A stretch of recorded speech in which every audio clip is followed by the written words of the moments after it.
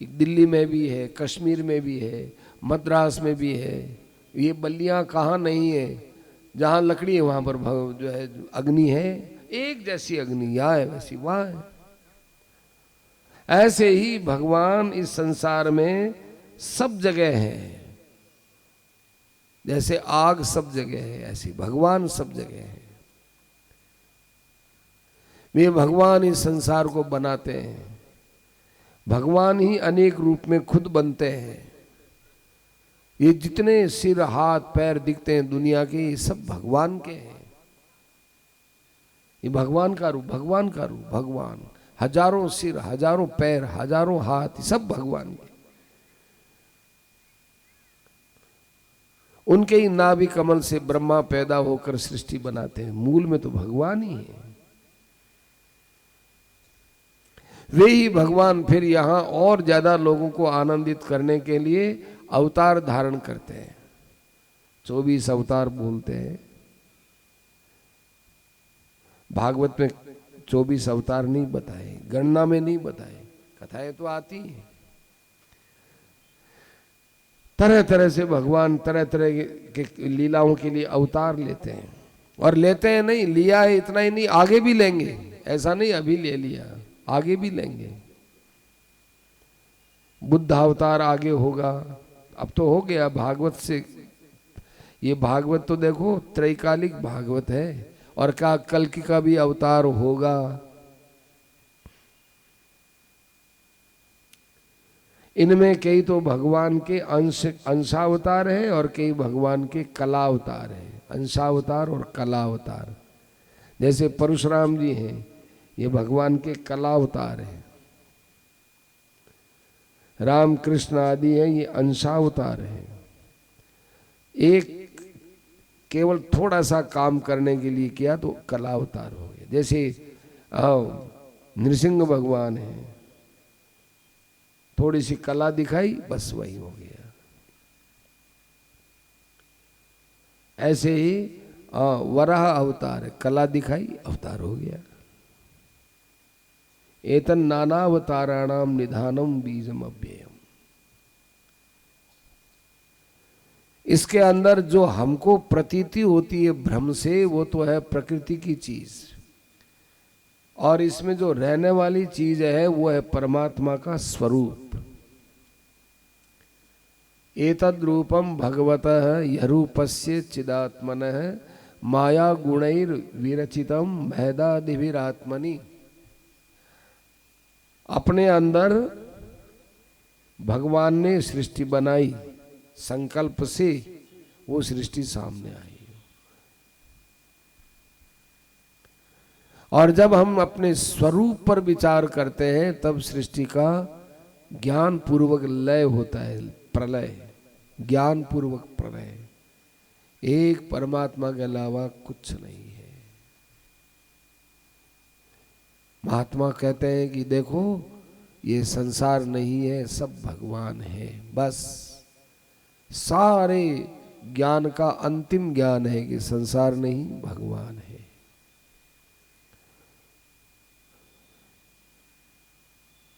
एक ने महाराज जी से पूछा कि महाराज जी भगवान ही है क्या सबके? हाँ, सब भगवान है। तो फिर ये गाय काटते हैं, पाप करते हैं, चोरियां होती हैं और नुकसान पहुंचाया जाता है, ये भी भगवान ही है क्या? कि भगवान है।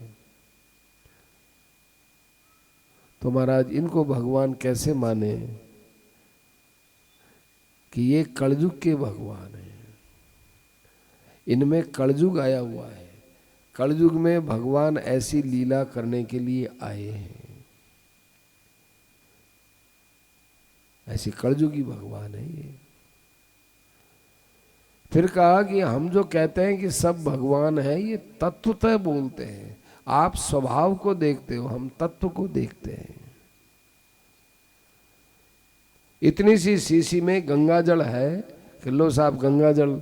आप कहोगे कि हम तो गंगा जी गए हुए हैं, ऋषिकेश गए हुए हैं, गीता भवन गए हुए हैं, ये गंगा जल कैसे है? अरे जड़ वही है, जड़। हम तो गंगा जी में नहाए हुए हैं। इसमें तो क्या एक इतनी सी शीशी है, एक आचमन भी पूरा नहीं ले सकते।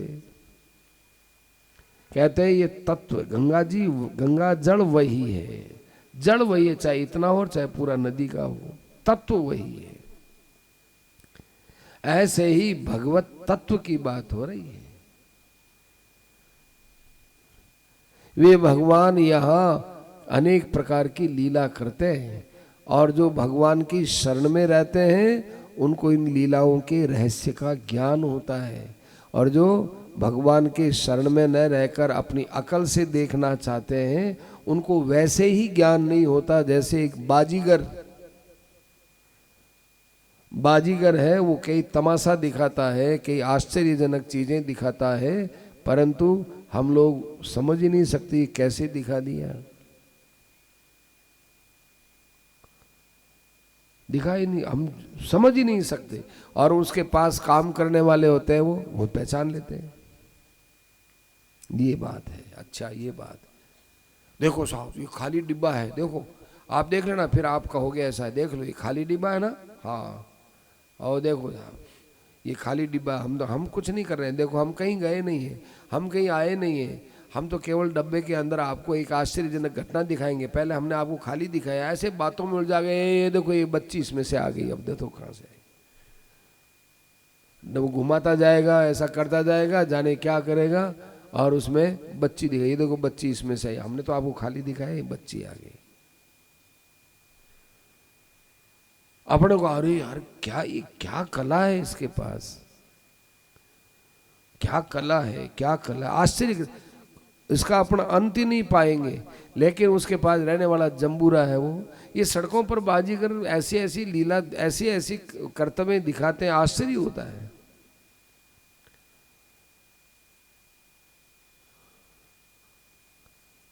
आश्चर्य होता है।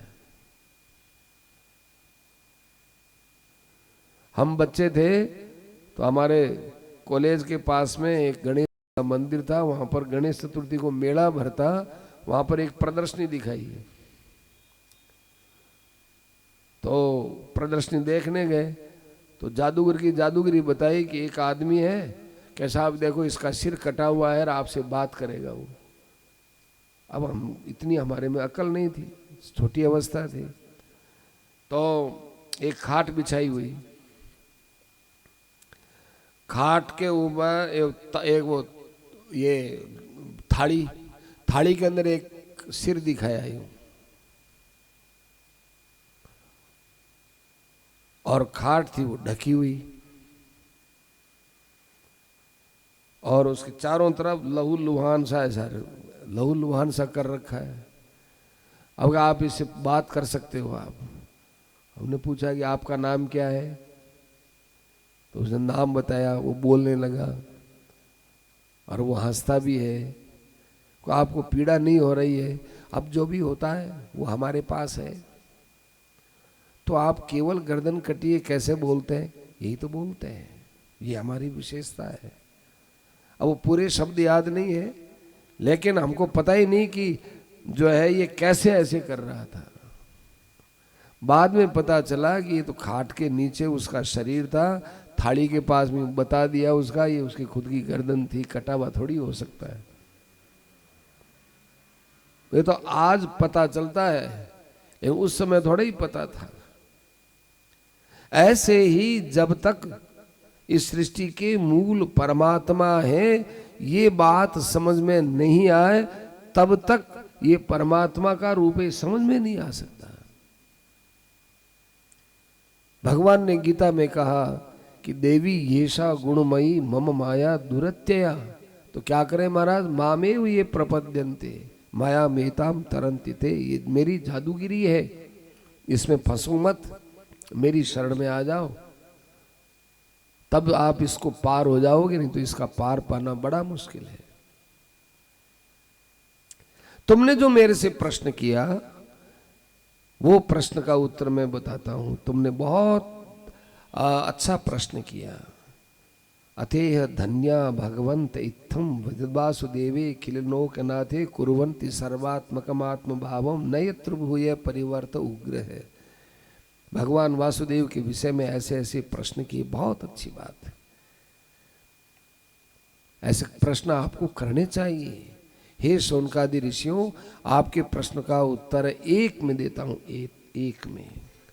तुमने पूछा कि सारे शास्त्रों का सार क्या है, तुमने पूछा कि निश्चित कल्याण कैसे होता है, तुमने पूछा भगवान का वसुदेव देवकी के यहाँ अवतार लेने का संकल्प क्या है, तुमने पूछा भगवान श्री कृष्ण की कथाएं कैसी हुई, लीलाएं कैसी हुई, और भी भगवान की लीलाएं कैसी हुई, और धर्म किसकी शरण में गया। 6 प्रश्नों का उत्तर एक ही है, इदं भागवतम नाम पुराणम ब्रह्म संहितम उत्तम श्लोक चरितम चकार भगवान ऋषि। इदम भागवतम नाम पुराणम, ये 6 प्रश्नों का उत्तर एक है, एक। ये देखो हमारे ऋषियों का कौशल, देखो कौशल। हमारे मनीषी कितने प्रकांड, 6 प्रश्न के और उत्तर एक। सारे शास्त्रों का सार श्रीमद् भागवत। निश्चित कल्याण किससे, भागवत से। भगवान ने क्या विचार करके वसुदेव देवकी के यहाँ अवतार लिया, पढ़ो भागवत। भगवान श्री कृष्ण की लीलाएं कैसी हुई, सुनो भागवत।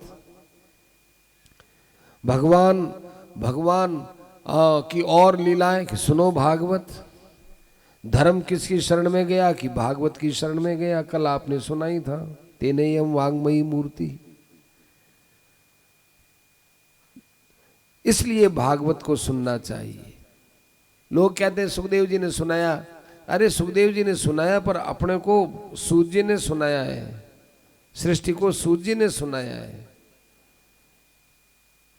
और सूत जी ने भी प्रश्न करने पर सुनाया है।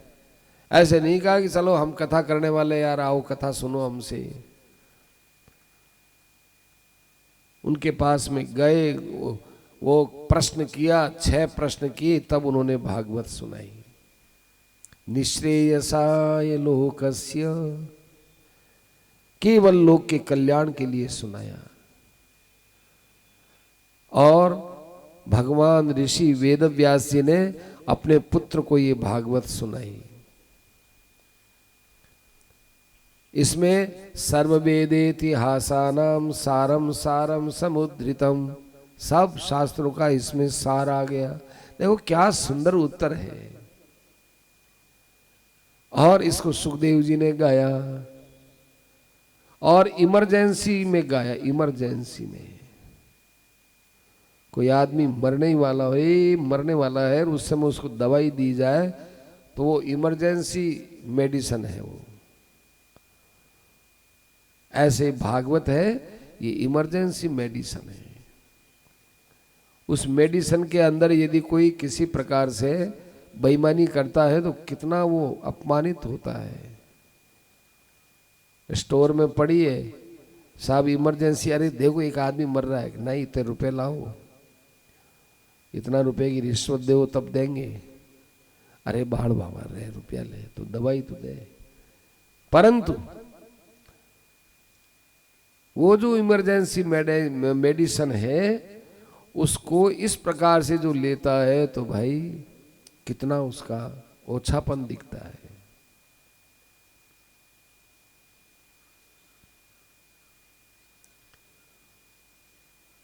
इसलिए कहा जाता है कि यह व्यापार का साधन नहीं है, ये एकदम भगवत इच्छा पर ही छोड़ना चाहिए। जो कुछ ब्राह्मण को मिल जाए और जो यजमान दे, न यजमान के अंदर लोभ वृत्ति रहे न ब्राह्मण में लोभ वृत्ति रहे, कथा करने वाले में भी लोभ न रहे, और कथा जो सुनाता है उसमें तो रहना ही नहीं चाहिए। सुखदेव जी की तरह उसको आतुर होकर के कथा सुनानी चाहिए। सुखदेव जी ने क्या किया, अरे परीक्षित मरने वाला है, चलो कथा सुनाओ।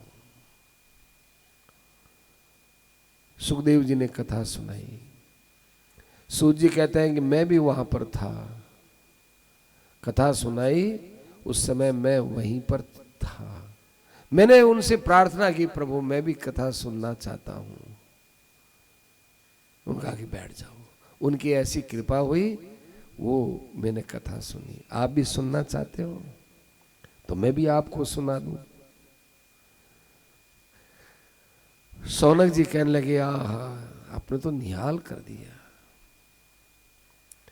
आप ये तो बताओ कि व्यास जी महाराज के पुत्र सुखदेव जी, जो कि भागवत के वक्ता रहे, और परीक्षित जी, इन दोनों का आपस में मेल जोल ही कैसे हुआ? पूनम अमावस मिले ही कैसे महाराज? क्यों भाई, क्या बात हो गई? बात ये हुई है, सुखदेव जी तो ऐसे थे जन्मे, माँ बाप को ही नहीं देखा, माँ बाप से ही बात नहीं की, और सीधे जा रहे थे। उनके लिए एक परब्रह्म परमात्मा के अलावा कोई सत्तावान है ही नहीं। वो आत्म सत्ता परमात्म सत्ता में ही डूबे रहने वाले सुखदेव जी महाराज, जिनके सामने युवतियां स्नान कर रही थी, उन युवतियों ने भी कोई संकोच नहीं किया स्नान करते हुए कि हम छोकरियां, हमारे बराबर की आयु का ये छोकरा, ये हमारे पास से निकल रहा है और हम नहा रही हैं, हमारी शिष्टता क्या नहीं। अरे सुखदेव जी तो भगवान है। पानी में जैसे भगवान है, ऐसे सुखदेव जी में भी भगवान है। कोई फर्क नहीं पड़ा। और पीछे से बुढ़े व्यास जी, बेटा जैसे अभी सुना ना, वैसे चिल्लाते आए, अरे व्यास जी आ गए, कपड़े पहने। व्यास जी ने पूछा, बेटा मेरे से इतनी लाज करती हो? मेरे तो गोद में रहने वाली पड़पोतियों जैसी छोटी हो, गोद में रहने वाली, तुमको गोद में बैठा के तुम्हारा प्यार करूं, इतनी मेरी उम्र, और तुम मेरे से संकोच करती हो? तुम्हारे बराबर का छोकरा गया कि महाराज उम्र से नहीं देखा जाता है, आपकी वृत्ति के अंदर ये स्त्री है और ये पुरुष है, ये दो पणे का भाव है, और उनके अंदर तो एक परमात्मा ही परमात्मा, न तो मैं हूं, न तू है, न यह है, न वह है, एक है ही है।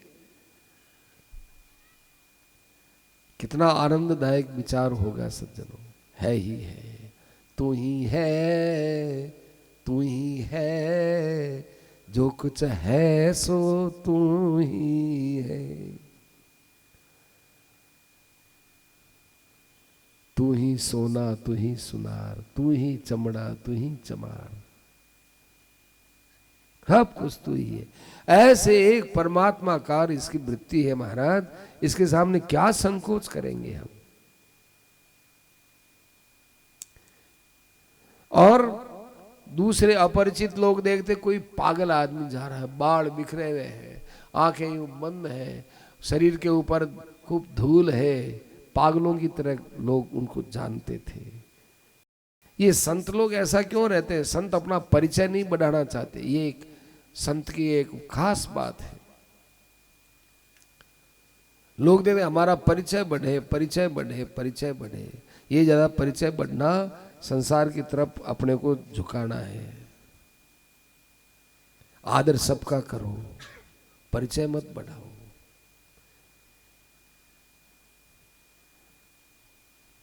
परिचय बढ़ाना एक तरह से संसार में घुसना है। जितनी दूर तक पानी फैलेगा उतना ही कीचड़ फैलेगा, कि हमारा मान होगा, बढ़ाई होगी, ये होगा, वो होगा।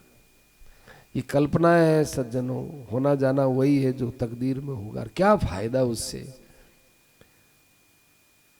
हमको फायदा क्या होगा? ज्यादा परिचय होगा, मर जाएंगे, रोएंगे तो उन लोगों का कब खाना पड़ेगा। जो आदमी मरता है उसके पीछे रोते हैं, तो रोने वाले का कफ है ना, कफ नाक में से कफ निकलता है, गले में से कफ निकलता है, लार निकलती है, आंसू निकलते हैं, ये उस आदमी को खाना पड़ता है जिसके लिए रोते हैं। कायदा है, ज्यादा परिचय होगा तो ज्यादा गंदगी खानी पड़ेगी। संतों की कही हुई बात है, कह कबीर कहता डरूं पर गोरख कहे उसका मैं क्या करूं। कबीर जी ने कहा मैं तो कहते डरता हूं, पर गोरखनाथ जी कह गए मैं क्या करूं।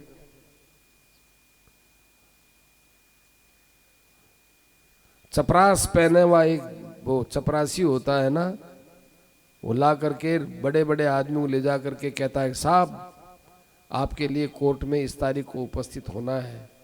अरे तू मेरी इतनी बड़ी हवेली में तू का चपरास देखी मेरी, मैं अपने आप में तो क्या पता कितना छोटा सा अदना आदमी हूं, पर राज का आदमी हूं मैं, राज का, इसलिए कागज देने का अधिकारी हूं मैं आपको कोर्ट में लाने के लिए एक कागज देता हूं। क्या करें, सुननी पड़ेगी उसको। अच्छी बात है भाई, जाएंगे। ऐसे ही कह कबीर कहता डरूं पर गोरख कहे उसका मैं क्या करूं। संतों ने ये बात कही, परिचय नहीं बढ़ाना चाहिए।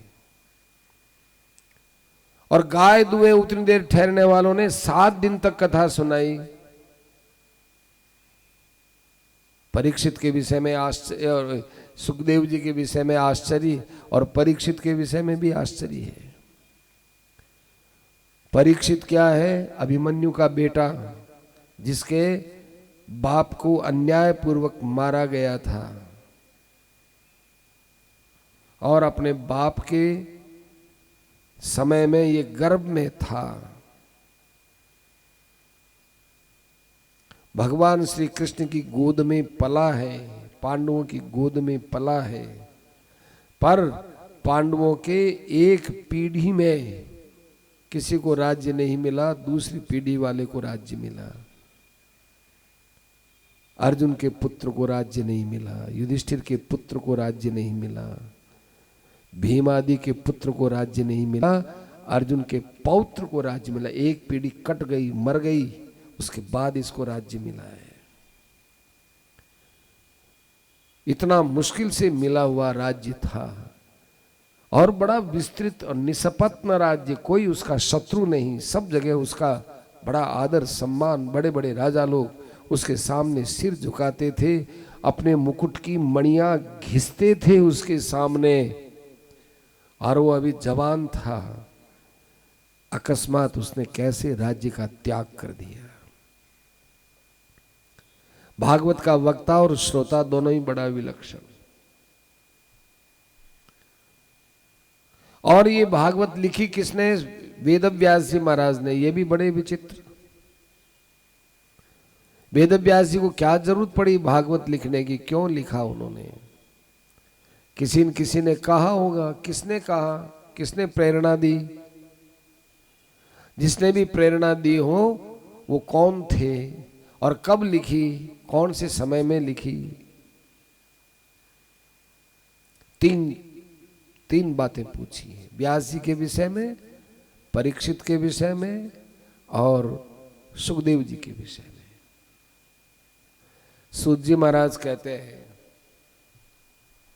द्वापरे समनुप्राप्ते तृतीये युगपर्यये जातः पराशराद्योगी वासव्याम कलया हरे। द्वापर युग के तीसरे चरण की बात है। पराशर ऋषि का वासवी के यहाँ वेदव्यास जी का जन्म हुआ। देखो, इनका नाम था वास्तव में बादरायणी। बादरायण नाम था, बादरायण, बादरायणी, बादरायण।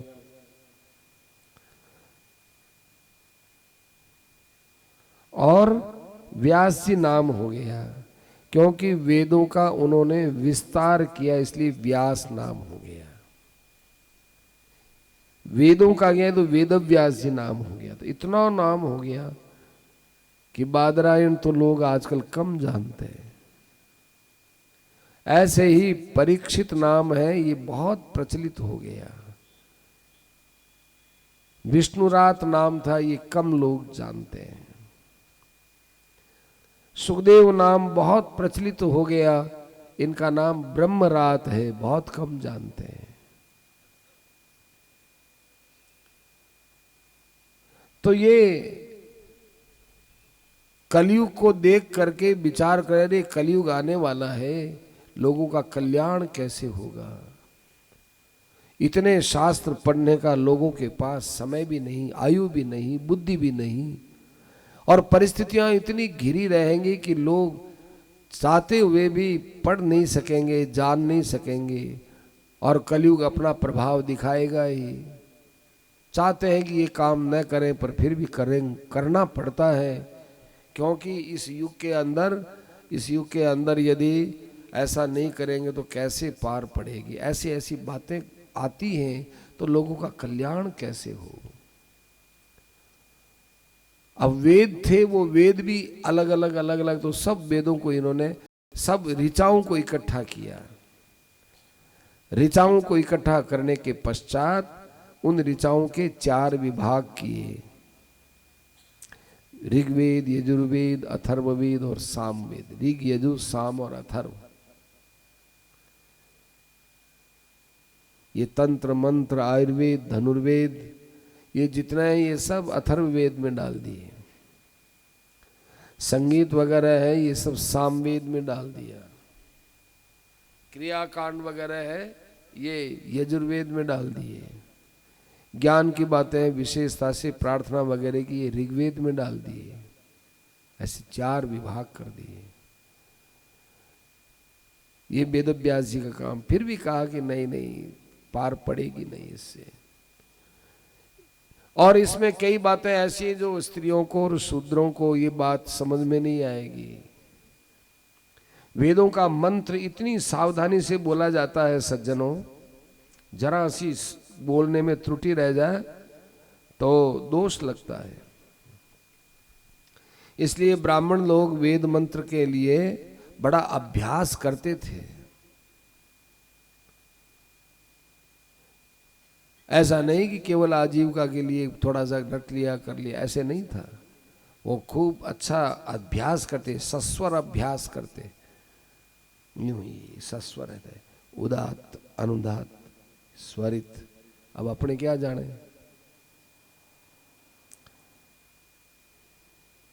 संगीत विद्या जो अपन बोलते हैं ना, लय आलाप, ये सामवेद का है।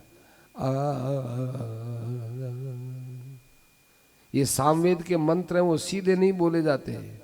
सामवेद के मंत्रों को बहुत लंबा लय लय लय पूर्वक बोला जाता है। तो देखा कि इतनी बातें कैसे लोग समझेंगे। तो वेदों का सार पुराणों में रख दो, तो पुराण है वो सब पढ़ सकते हैं, सुन सकते हैं। फिर कहा कि लोग इतने व्यस्त हैं, कथा कहानी के माध्यम से ही ये बात जान पाएंगे।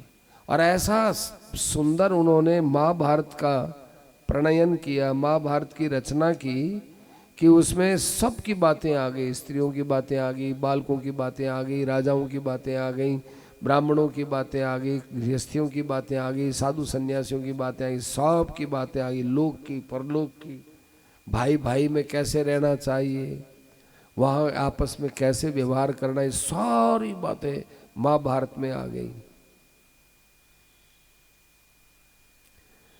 फिर भी उनके मन में संतोष नहीं हुआ व्यास जी के कि अभी कुछ बात बाकी रह रही है। अंदर में आनंद नहीं, संतोष नहीं। अब जितना जितना लोक कल्याण में आदमी प्रवृत्त हो, उतना उतना उसको संतोष होना है। ये चीज संतोष के लायक है ही नहीं। महाराज जी ने साधक संजीवनी गीता टीका लिखाई, तो महाराज जी ने कहा कि लिखा तो दी है और प्राय प्राय बातें तो आ ही गई हैं, लेकिन संतोष नहीं हो रहा है, और लिखा। फिर कुछ परिशिष्ट भाग में दिया। फिर कहा कि क्या करें, ज्यादा तो कलेवर बढ़ जाएगा पुस्तक, और भी अभी पूरा संतोष नहीं हुआ। ऐसी बात है। जिन खोजा तिन पाहिया, गहरे पानी बैठ। कोई पैठ भी बोलते हैं। समुद्र के अंदर जितने गहराई में जाओ उतनी रत्न ही रत्न लेंगे। व्यास जी ने देखा कि क्या बताएं, सब कुछ लिख दिया, महाभारत जैसा ग्रंथ लिख दिया, अभी भी क्या बाकी रह गया, क्या रह गया।